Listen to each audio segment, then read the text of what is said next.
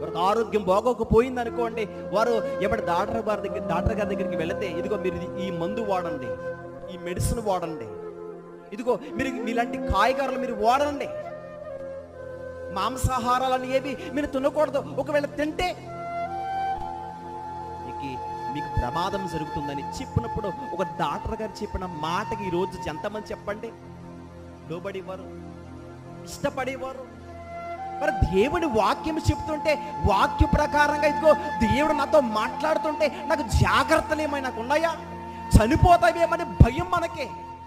ఏది మటుకు అది తినం కదా, చాలా జాగ్రత్తగా ఉంటాం.